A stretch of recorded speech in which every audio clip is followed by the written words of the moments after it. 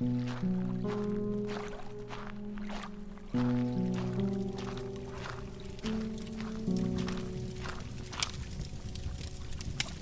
travelers, to my realm of nightmares. Allow me to be your personal assistant. Come in, take a seat, get comfortable. For when you step into my realm, there's no stepping out.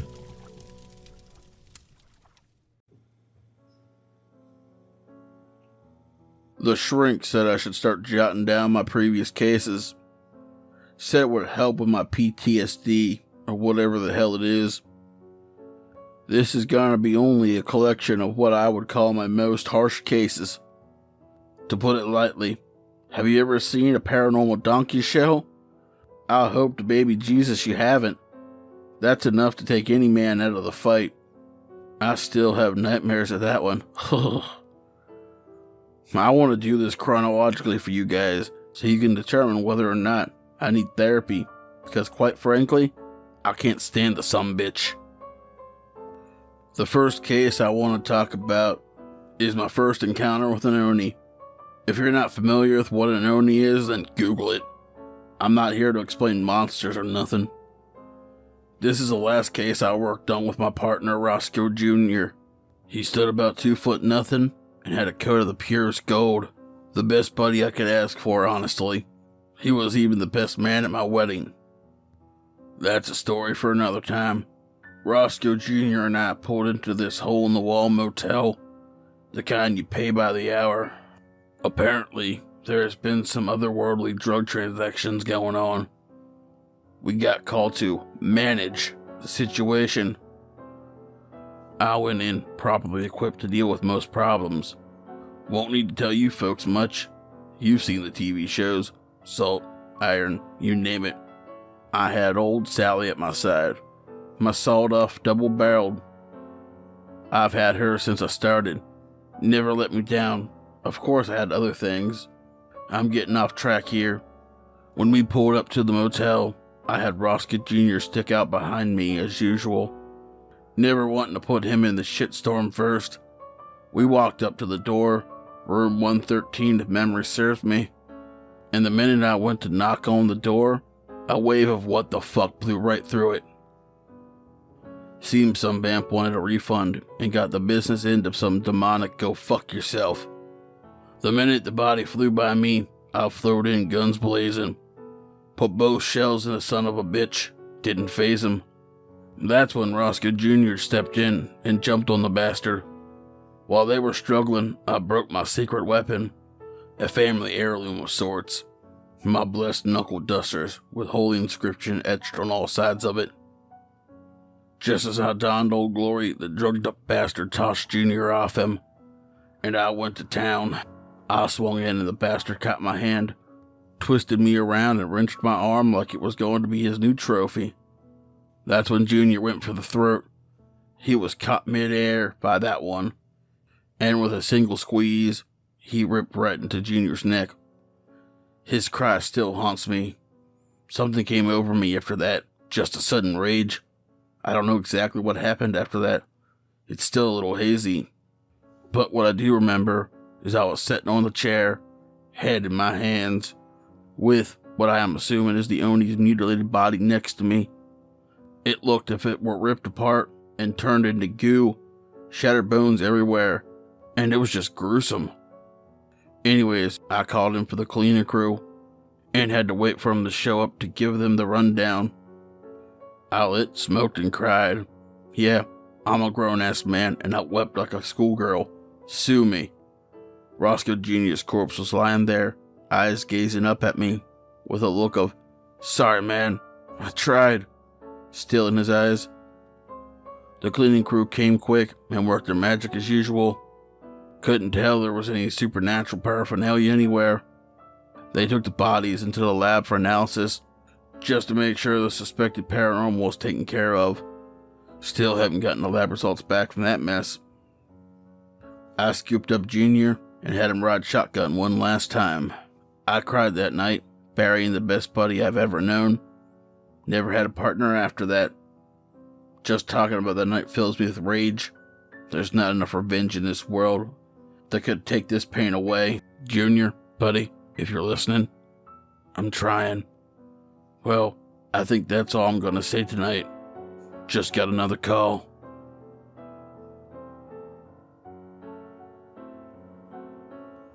Rosco here again. This case happened about a week after the Oni incident. A little explanation I think is needed before I get in my part in this case.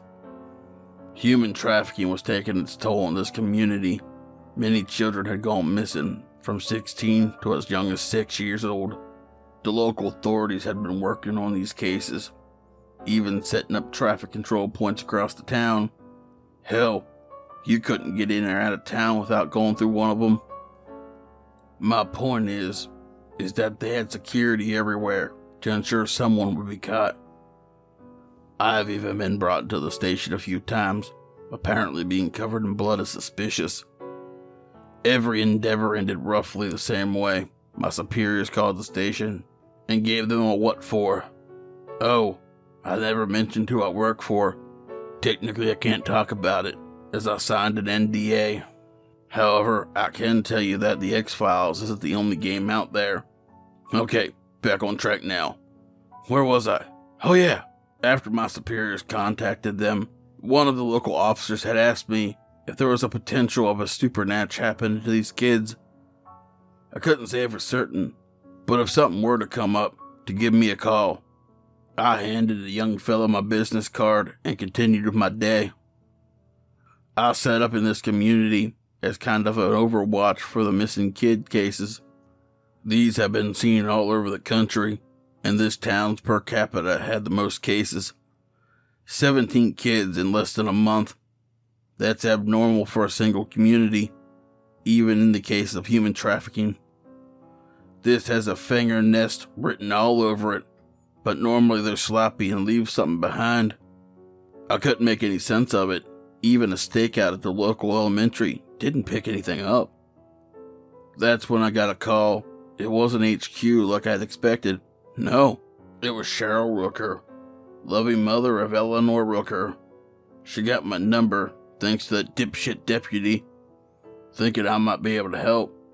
Now, as a grieving parent myself, I understand them wanting to cover all possibilities, no matter how crazy they may seem. I, being the gentleman of sorts that I am, told her I would take the case pro bono. Not that the agency had me out here anyways, but now that I have a direct line into the shit, I might as well take the opportunity. I made my way over to the Rooker's residence. I was greeted by Cheryl, and she had information that Eleanor was taken from her room upstairs in the middle of the night, a few days past. She allowed me to go up there and search for anything that could possibly lead to finding her. It was obvious the police were already here. They left this place a mess, DNA and fingerprints all over the place.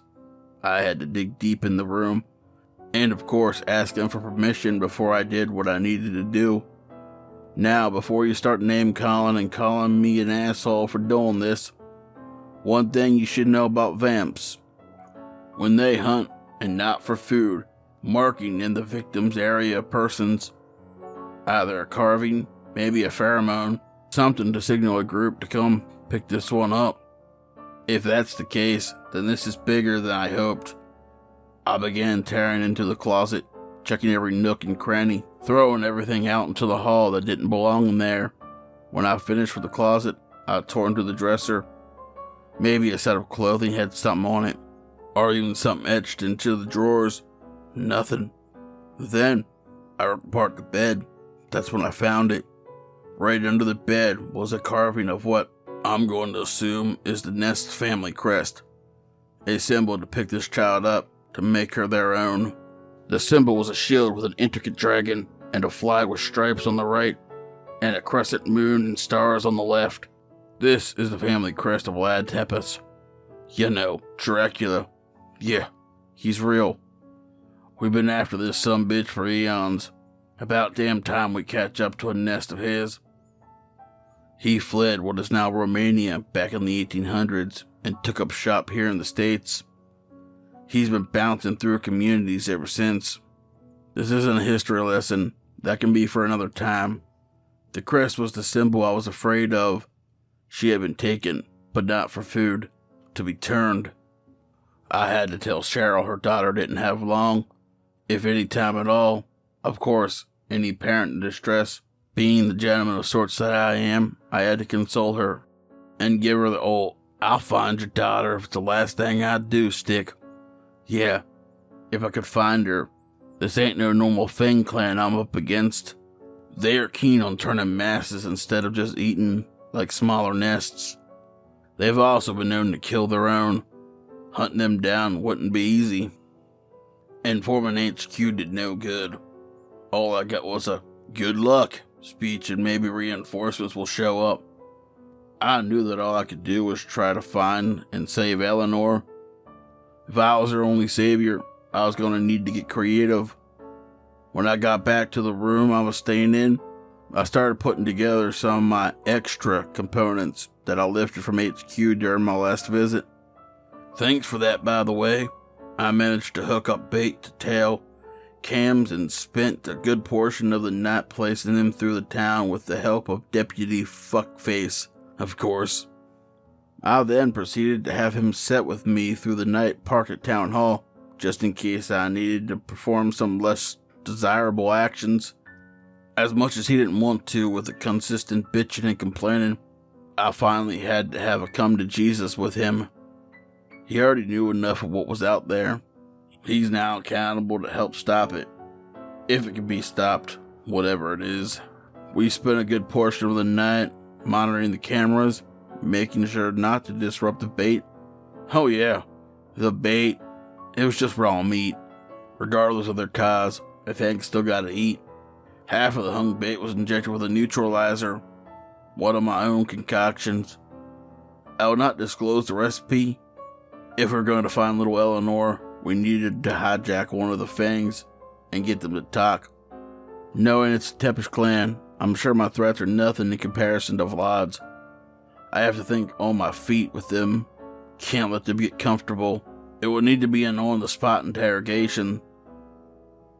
I had spent most of the time preparing Deputy Dumbass for what he will encounter, and if he gets his ass bit, I'll have no choice but to put his ass down. I'd expect the same from me, preferably painless. Something you guys need to know about what kind of shit show we're getting ourselves into. Fangs in general are a nuisance, too damn strong and too damn fast, but the Tepish clan is that on steroids. These are an elite family, they don't just turn anyone. Some of the most sadistic figures of history have been members of this clan. I'll let you guess. If you guess Jack the Ripper, Ed Gein, or H.H. Holmes, congratulations, you get a cookie. These are some of the most crafty and strategic things around. Our only hope is we catch a fresh turn and hope they talk. We caught some video feed, but it was apparent that they knew those were setups. Shit.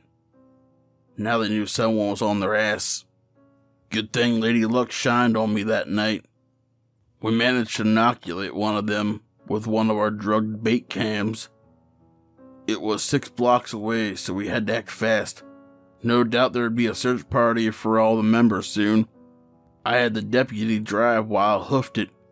Not that he needed to know why at the time, but if there were a gang of them there, by the time I made it, he could drive off and lead them away. Well, good thing that didn't need to happen. While Deputy What's-His-Name was parked across the street, when I made it to the downed vamp, we loaded him into the truck and drove off to the public pool. Now, if you ever need to get information from a Fang for any reason, using baptism as a threat is a great way to get the info you need. We hung the Fang upside down over an Olympic-sized pool that I had blessed with a wooden cross with the blood of the Pope. Yeah, he donated blood. Great guy. Once the Fang awoke, he started spouting absurdities, as most would do in his situation. I wasn't fazed, though. The look on his face when he realized the amount of godly "oh fuck" he was hovering over. Man, if anything were a Kodak moment, this was it. Not gonna lie, I'm pretty proud of that one. Of course, he gave me all the information I wanted. He had no choice. I even made him a deal. If he could make it to the side of the pool, he was free to go. I cut the sumbitch's ropes and watched him boil. Needless to say, he didn't make it. So, we knew the location of the girl, and apparently Vlad himself had asked for her. He was supposed to be on his way to town. The Fang also said that she wasn't to be turned until his arrival. She was being saved for him. He's not due in town for another day. That bought us some time. She was located at the port, locked in the shipping container, rolling patrols all day and night, both Fang and human combined. The tricky bitch was blending in with workers. Great way to remain unnoticed. This is where Deputy Dickhead may actually be of some use. I had him go get a warrant due to suspicion of illegal drugs coming into port. This was actually true, but not my jurisdiction. While he was doing that, I was back preparing our advance on the port, checking maps on avenues of approach and possible diversions required for such an extraction. Shock and awe wasn't going to cut it this time. We knew the Fangs would be there by nightfall for the shift, so daylight would be the best chance to infiltrate. We won't be able to extract during the daytime because of the warrant and the lack of knowing who is with who. We don't need any loose ends. I prepared my old ship bag with all the standard Fang essentials. Hollow point holy water bullets for the standard 9mm. That way we're both covered and nothing is visually suspicious. Chainmail under the shirt for bite prevention, and some tasers, silver blades, and UV flashlights. We are going in for an in and out, clean operation, non-lethal to prevent risk of the next day media freakout. HQ won't be sending a cleanup crew for this one. Deputy whatever picked me up in his squad car, and we were on our way. Once we arrived at the port and flashed a warrant, we were allowed to investigate the containers and grounds, with supervision of the port master, of course. Unaware to myself that we were being led away from the container. Then, out of the absolute blue, Deputy Dingleberry surprised me. He went off about obstruction of justice and that he needed to have all containers open for inspection. That got the port master on the radio fast as hell. While he was getting them all open for us to see, I noticed that one container was being hoisted by the crane. Once I clocked the number on the side of it and we inspected a handful for the show, we went on our merry way. Container 1477. We prepared our advancement for nightfall and staged out a few blocks back, watching to see who's coming and going from the port. I must have counted 24 heads clocking in. No clue on which ones are Fangs. This is going to be a bigger pain in the ass than I thought. Once shift change was over, Deputy What's-His-Nuts and I sprung into action, hugging the wall leading to the gate, waiting for our opportunity to slide inside. Now, I know that some of you still believe that Fangs have some super sense of smell and hearing, that they could have been alerted to us. First of all, you're correct. Second of all, I didn't account for that. Not that I wasn't aware of the shit show. We were just out of time. We needed to be silent as possible. So, the UV lights were our way in. We fried the faces of a few Fangs while entering the gate. They screamed until I plunged a silver blade into their hearts. Minimal casualties went right out the window then. We still utilized the silence, making our way through several groups of Fangs as we made our way to container 1477. It was placed all the way in the back, near the crane. We could see it opening as we approached. Little Eleanor ran out of there as fast as she could straight towards us. She looked fine, a little dirty, but overall safe. Man, was I wrong. She ran so damn fast she latched right on a detective recently deceased, tearing through his throat like she had been starved for weeks. Right then I knew this had been her first meal, completely sloppy. Once she had him on the ground and he quit squirming, she jumped up in the gaze of, oh fuck, wrong one. Apparently I was the target. Just then I got knocked over the head and I blacked out. When I come to, I was expecting Vlad to be here. Nope, just some Edward-looking Fang. I was way into those teen novels. Apparently Vlad wasn't supposed to be there at all, and she was just bait for me. Those some bitches wanted information on the organization. And according to Twinklefuck, I've been on their radar since I came strolling into town. Now doesn't this beat it all? All this time, all I needed to do was get busted. It does break my heart about poor Eleanor, though. Of course, they attempted to beat the information out of me, even threatening to turn me. Hell, I'd be all for it. There's a half-vamp fella that works for the organization that busts skulls left and right. I'd go for the leg up any day. Well, needless to say, all their abuse and threats were for nothing, except one, Eleanor. She couldn't have been over a day turned, and her bloodlust was increasing by the second. They were gonna have that little girl feast on me. I couldn't have that. Those bastards had her come into wherever the fuck we were. God, she still looked like a little sweet girl. Blonde curly hair and blue bows. The works. The worst part about it, there was nothing I could do about it. She gave me that sweet childish smile, like she was given a pony for her birthday, just before she went for her first bite. She shot me a wink, then she dug in. First she went for my chest. That hurt like a motherfucker. After a second of her chomping, she clenched onto my throat. I didn't feel it at first, but after a second a wave of extreme pain overwhelmed me, and I passed out. Obviously I woke up from that. I was in a shallow grave. Hungry. Son of a bitch! She turned to me? That's gotta be why she shot me that wink. It was intended to be as a meal. As I crawled out of what would have been my final resting place, I headed to the port. Apparently now they can smell me. As I approached the gate, I noticed the calendar on the guard shack. It's been 2 fucking days? I need to see if Eleanor is still here. As I make my way back to where the deputy and I first encountered Eleanor, I was stopped by some lone fang. She started welcoming me to the family, saying I needed the feed before the night ends to make sure it sticks. Make sure it sticks? Well, apparently vampirism is temporary, unless you feed. I had no clue. I didn't know when it would wear off. All I know is I'm growing hungrier and hungrier by the second. I had asked where everyone was.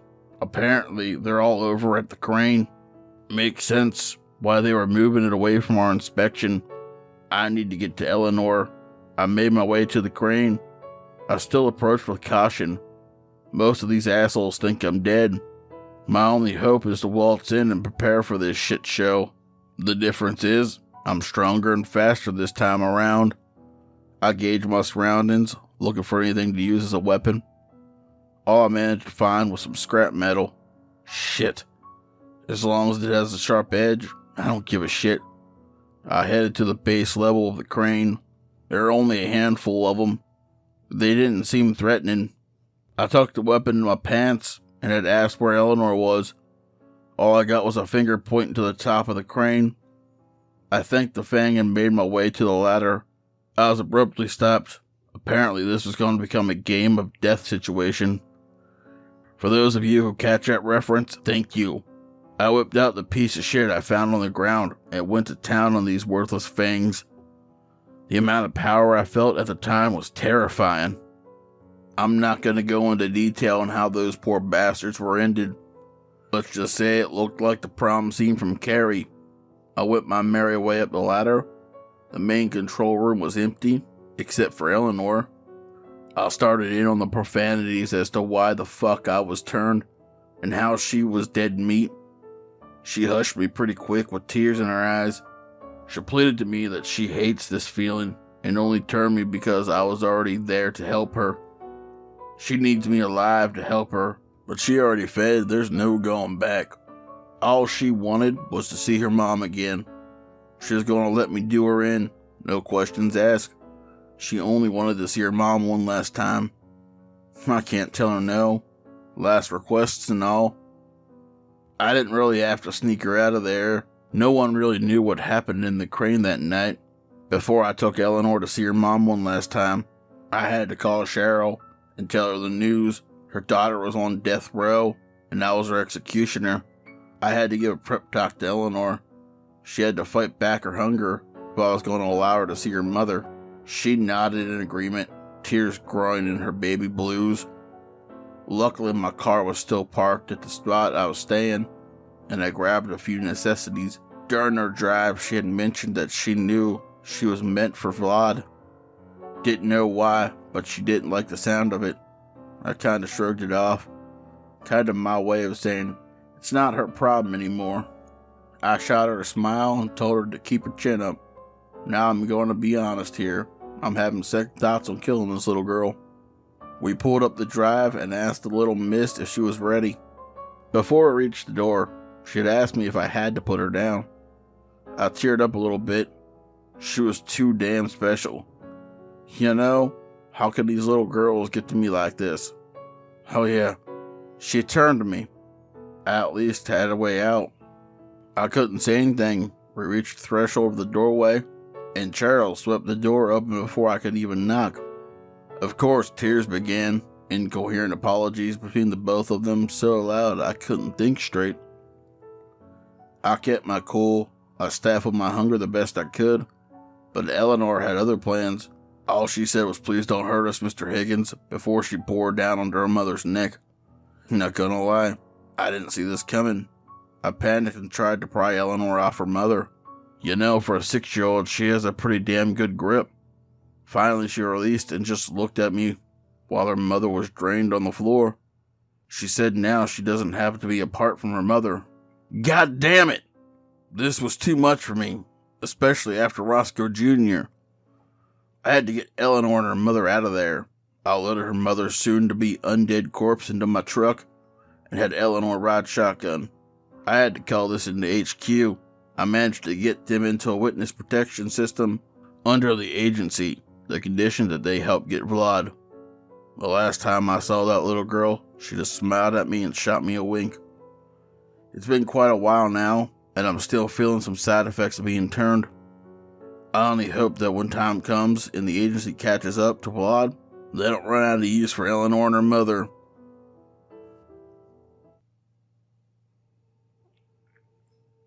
Tonight's story is written by ChronoPasta. If you enjoyed this, please check out his channel.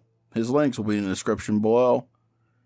If you are interested, I have merch. If you'd like to walk around gaining new travelers from my realm, the links will be in the description. Also, as always, I want to say a huge thank you to all of my amazing and lovely Patreons. 242 Reads, Rando Calrissian, Pam, Seraphine, the Midnight Bard, Creepy Clown Girl, Mia Mina, Philia Noctis, Hair-Raising Narratives, and my newest Patreon, Spooky Boo's Scary Storytime. Thank you so much. I greatly appreciate that, Spooky. If you'd like to join these lovely travelers by the light of my fire, you can do so by becoming a Patreon as well. The support is always appreciated but never expected. Please do not forget to like, share, subscribe, and ding that bell if you're new, as it really helps the channel grow and push this video onto the algorithm. But as always, travelers, once you step into my realm, there's no stepping out.